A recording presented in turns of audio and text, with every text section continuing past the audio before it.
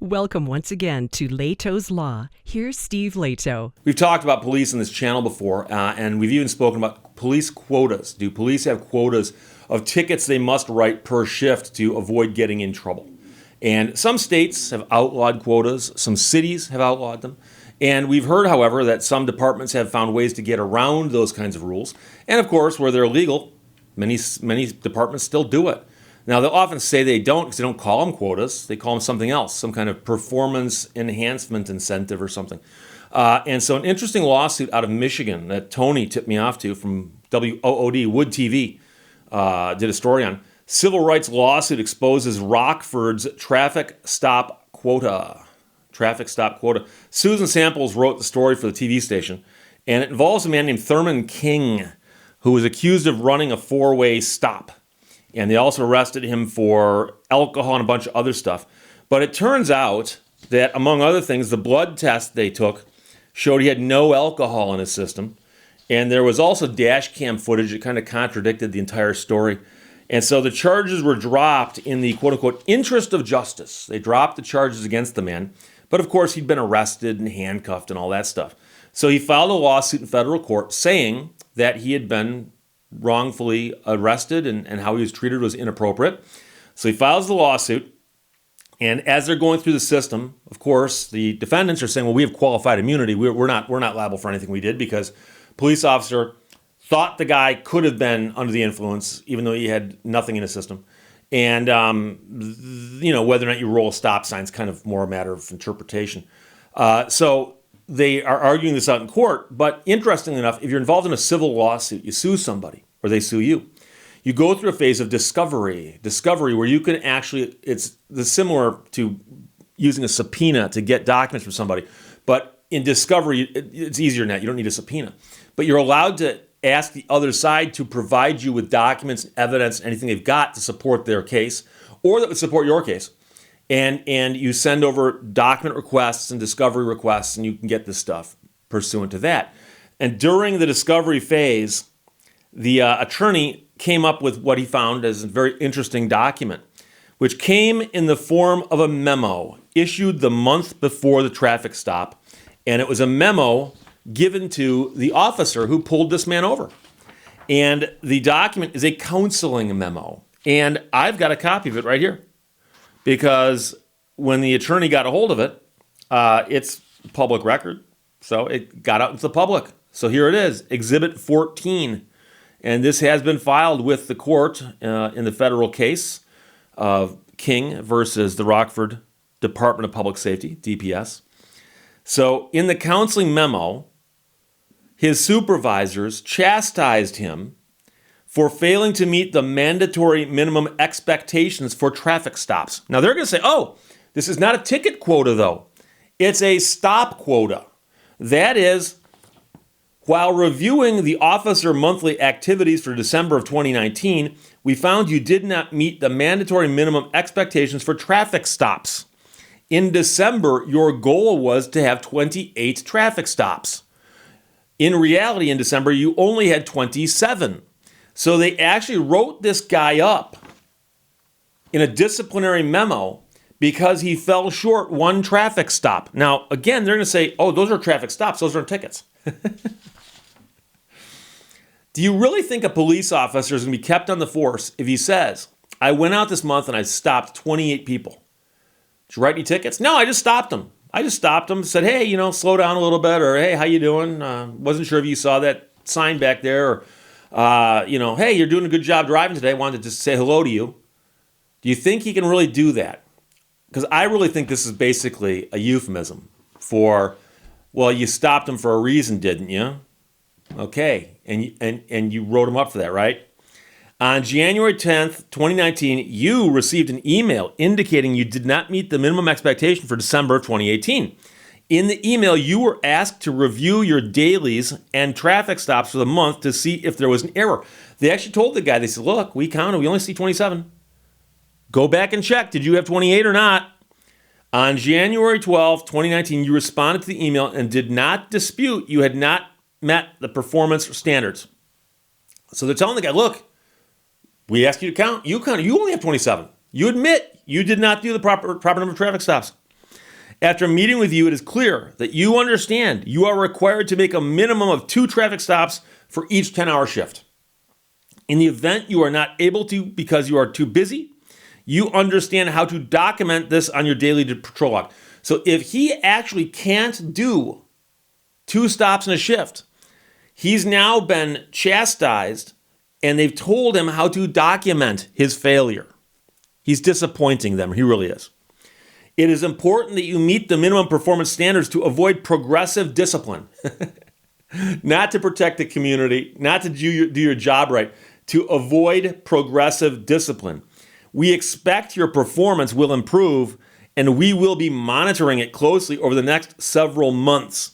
And then there is a signature line for him to sign. And above, this is credited as being from 2 different people named Robinson and Sawyer. So the counseling memo, which is on the letterhead of the Rockford Department of Public Safety, Chief of Public Safety is David Jones. His name is up there also. But they counseled this man and said, you only had 27 stops. It's got to be 28. So in the future, you pick that up now. So they're going to say the counseling memo only represents stops, but we know, come on. In the month of December, he'd made 27 stops instead of the required 28. Robinson is now Rockford's police chief, while Sawyer is off the force after racking up 2 criminal convictions in separate incidences. So there we're talking about the 2 people who signed the memo. One of them is now the police chief. The other one is off because he got convicted of some crimes. It is important that you meet the minimum performance standards to avoid progressive discipline. The document was dated February 4th, while King, the guy who filed this lawsuit, was stopped in March. It was astounding. It was, when I found that out, then it was frustrating. Then I was ticked off because it affected me. Now, this man's attorney's name is Stephen Drew. He said Rockford's stop quota encourages bad policing and violates the spirit of Michigan's ban on citation quotas. It is illegal in Michigan for a police department to enforce a ticket quota, but the state law does not address stop quotas. And this is a great example of how you can try to regulate something out of business, but if people really want to, they'll find ways around it.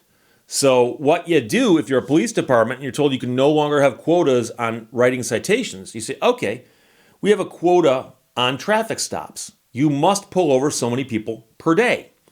And you go out on one of those days where no one's on the road because it's snowy and icy, and there's only 3 people on the road and 2 of them are cops. Do you still go out and pull over 2 people because you have to?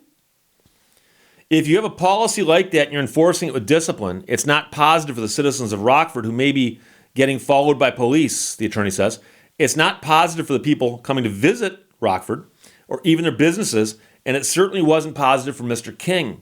We think the evidence clearly shows that he did stop at the stop sign and that the traffic stop was a false pretense. In depositions, Robinson and Sawyer, 2 guys who signed the memo, confirmed the department requires its officers to make a certain number of stops. In another court filing, the city's attorneys pointed out officers did not have to make 2 stops every single shift. Instead, they only needed to average 2 stops per shift. So they could have 4 one day and none the next. See, so that's not a quota. Rockford's attorneys write, it is admitted that defendants had a policy in place in which all officers were required to average 2 traffic stops per every 10-hour shift per month. Rockford DPS declined to comment for the report by TV station, citing the ongoing litigation. But when Target 8 Wood TV followed up to ask if the department still required 2 stops per shift, the attorneys responded by email. Since that question is not directly in issue in the King litigation, the answer to your question is no. There is no such requirement. So it sounds like they've dropped the requirement, even though it's perfectly legal. Target 8 followed up to ask when and why it was discontinued, but received no response. And so it's interesting because the attorney who is responding from a very, very large law firm said since that question is not directly in issue with this litigation, the answer to your question is no. So when asked, why'd you do it or when'd you do it, and they give no response, the implication is clear that it does have to do with this litigation.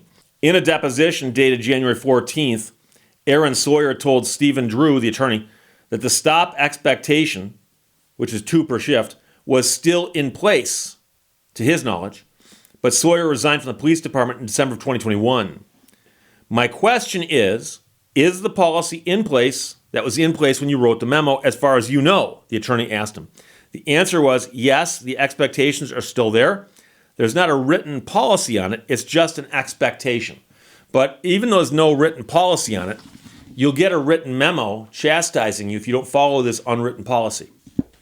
And again, this is attorneys dancing around, and I apologize on behalf of attorneys because I'm an attorney also. Grand Rapids' new police chief, Eric Windstrom, mentioned the issue of enforcement quotas at a recent reception. Grand Rapids is the nearest big city to Rockford. Later, Target 8 asked him to elaborate on his position regarding the practice. It's not something the Grand Rapids Police Department does or will do while I'm here. Windstrom, who previously served more than 20 years with the Chicago Police Department, said quotas fail to consider conditions and context. Everyone may have been driving perfectly legally that day. There may have been very little traffic. It could be snow conditions.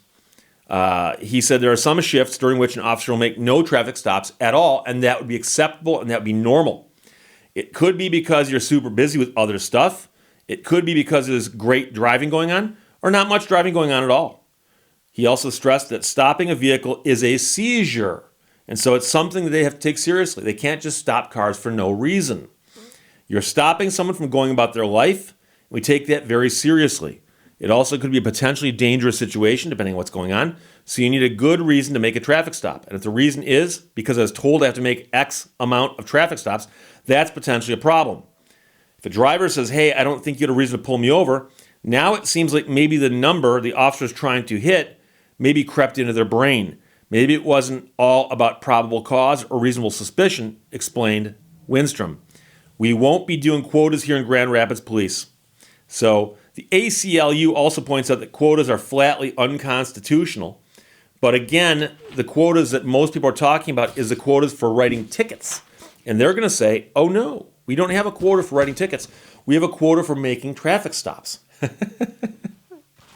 And those are the kind of arguments when you see an adult in a position of authority making a statement like that, and they're saying it to you and they expect you to believe it.